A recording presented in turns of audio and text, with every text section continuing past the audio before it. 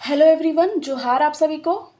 एक बार फिर से मैं सुरभि वर्मा आप सभी का स्वागत करती हूँ फ्यूचर क्लासेस में। और आज मैं आप लोगों के लिए झारखंड का प्राचीन इतिहास लेकर आई हूँ।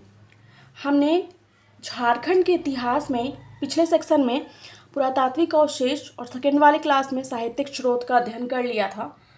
प्लीज़ जाके उन दोनों वीडियो को ज़रूर चेक करें और हो सके तो मेरे चैनल को सब्सक्राइब और मेरे वीडियो को लाइक भी ज़रूर करें। आज हम बात करते हैं प्राचीन इतिहास की, झारखंड की प्राचीन इतिहास की। आप सभी को पता है कि झारखंड जो है वो जंगल और वन से घिरा हुआ प्रदेश है। झारखंड, इसके नाम में ही झार प्लस खंड है, अर्थात जंगलों से, झाड़ियों से घिरा हुआ प्रदेश या खंड।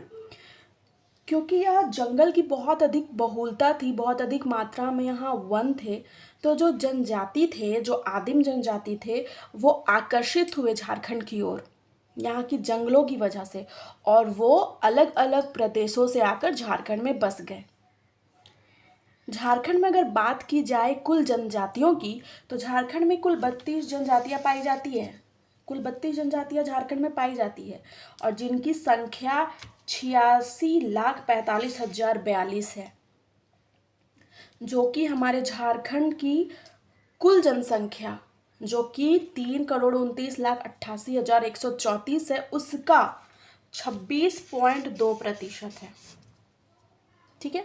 अब जो ये कुल 32 जनजातियां हैं, इनमें से अगर आदिम जनजाति की बात की जाए तो कुल 8 जो है वो आदिम जनजाति है और इनकी जनसंख्या जो है वो है 1,92,425। ठीक है।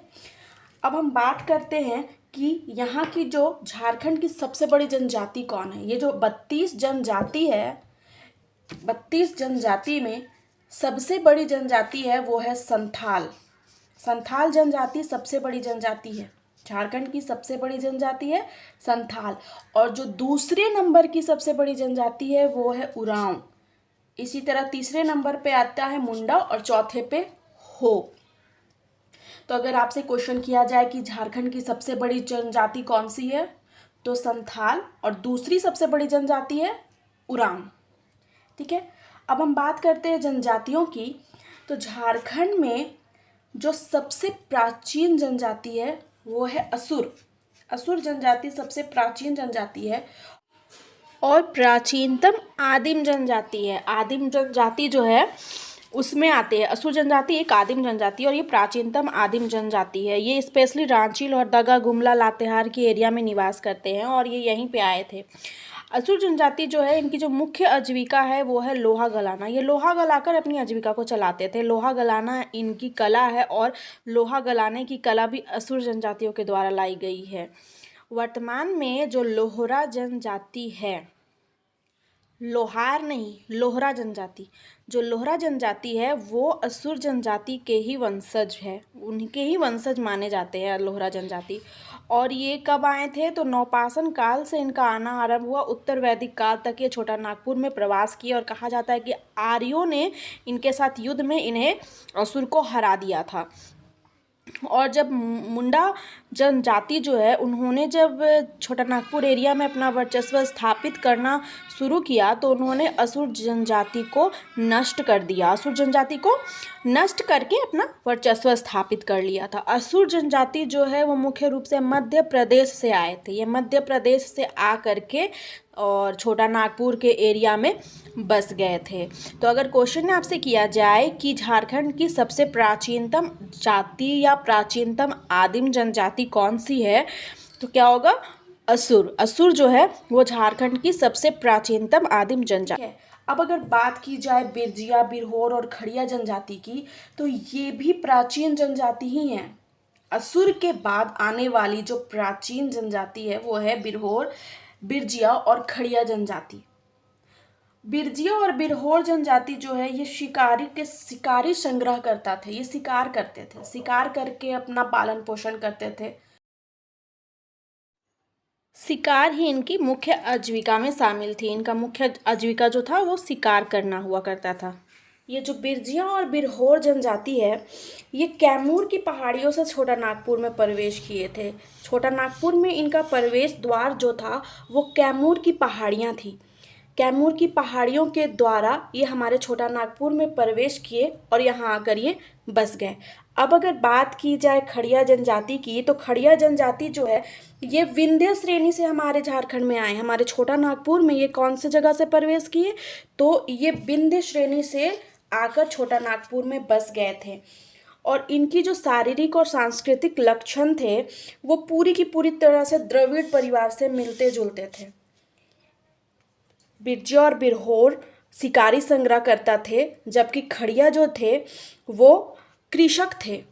वो कृषि का काम, पशुपालन का काम किया करते थे और वो विंध्य श्रेणी से आकर छोटा नागपुर में बस गए थे। खड़िया जनजाति का जो प्रमाण है कि खड़िया जनजाति हुआ करती थी, इसका प्रमाण मिलता है दक्षिणी कोयल नदी के तट पर। पोरा जगह है एक, दक्षिणी कोयल नदी है, उसके तट पर एक जगह है पोरा। वहाँ से प्रमाण मिला है कि यहाँ पे खड़िया जनजाति के लोग रहते थे या है अभी भी। और दूसरा जो प्रमाण मिला है वो पोटा के पास वीरू कसलपुर से मिला है। ठीक है, तो अब हम बात करते हैं कोरबा जनजाति की। तो जो कोरबा जनजाति है ये मध्य प्रदेश यानी एमपी से आकर के छोटा नागपुर में, हमारे छोटा नागपुर में झारखंड में आकर के बस गए थे। वो मध्य प्रदेश के रास्ते से होते हुए आए और छोटा नागपुर में आकर निवास करने लगे थे। और ये भी शिकारी संग्रह करता थे, शिकार करते थे और शिकार ही इनका मेन उद्देश्य था और इसी से वो अपना पालन पोषण किया करते थे। ये जो कोरबा जनजाति के लोग हैं वो दो तरह के होते हैं, एक होते हैं पहाड़िया कोरबा और एक होते हैं डिहरिया कोरबा। पहाड़िया कोरबा मीन्स नाम से ही पता चल रहा है, पहाड़िया कोरबा मतलब जो पहाड़ में रहते हैं, पहाड़ी क्षेत्र में रहते हैं। तो जो पहाड़ी क्षेत्र में रहते हैं उनको पहाड़िया कोरबा कह दिया जाता है। और डिहरिया कोरबा मीन्स जो नीचे रहते हैं, मीन्स कि जो पहाड़ में नहीं रहते हैं, नीचे के भाग में रहते हैं, वो डिहरिया कोरबा कहलाते हैं। ठीक है, अब जो ये कोरबा जनजाति है ये ज़्यादा करके आपको पलामू में मिलेगी। पलामू में कोरबा जनजाति के लोग रहते हैं और ये कह सकते हैं कि मुंडा जनजाति की ही छोटी शाखा है।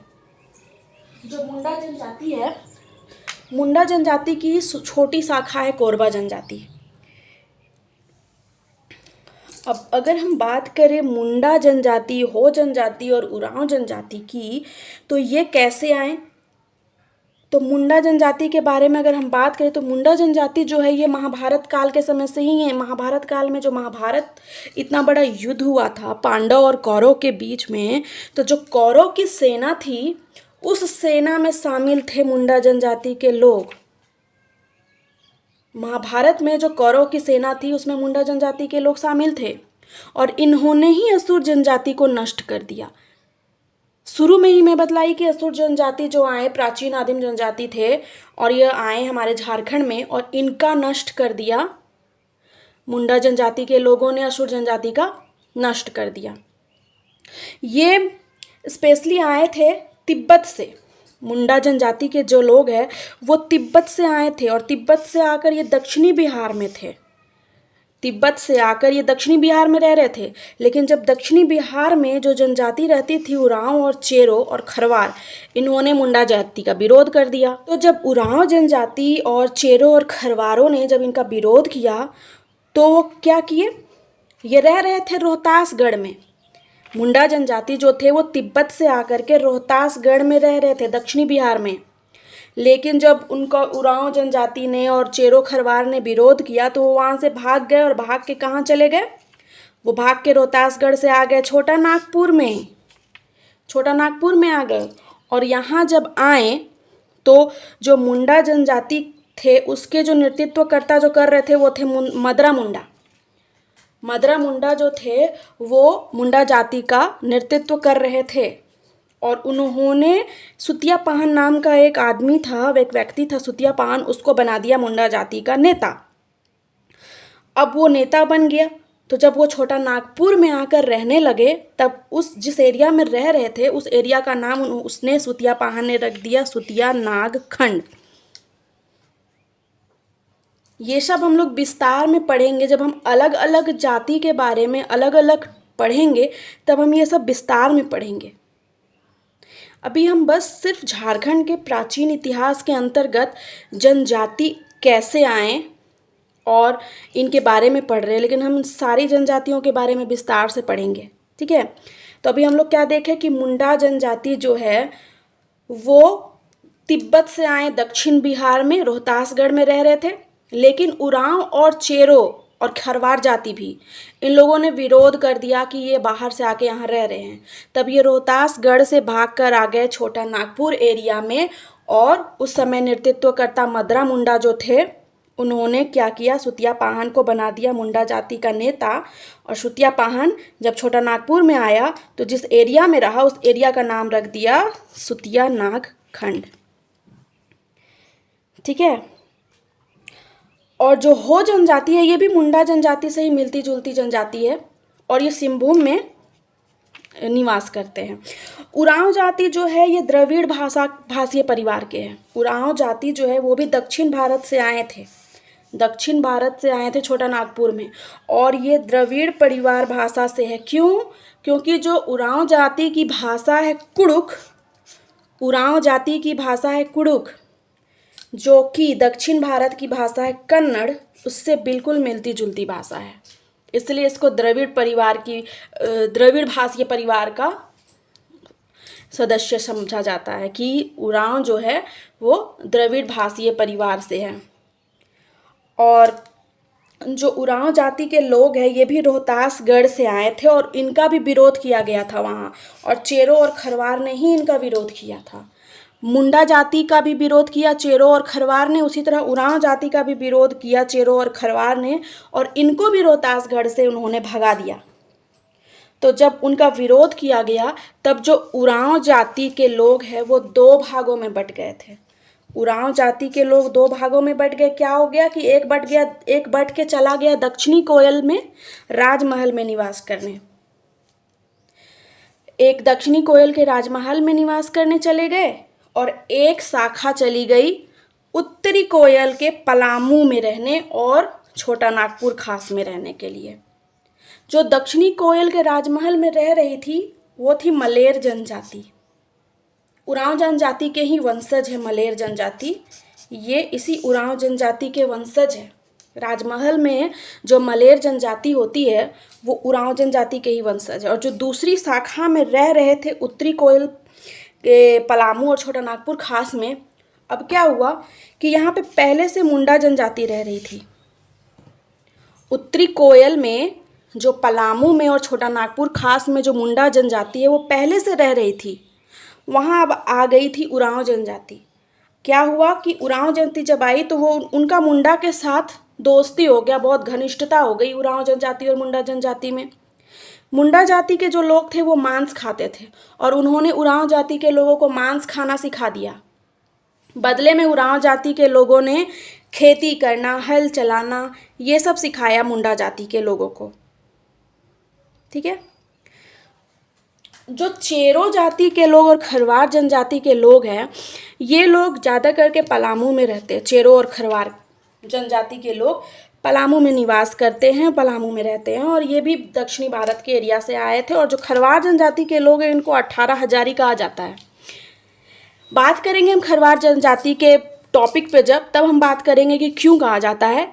आज के लिए बस इतना जानिए कि 18 हजारी कहा जाता है खरवार जनजाति को।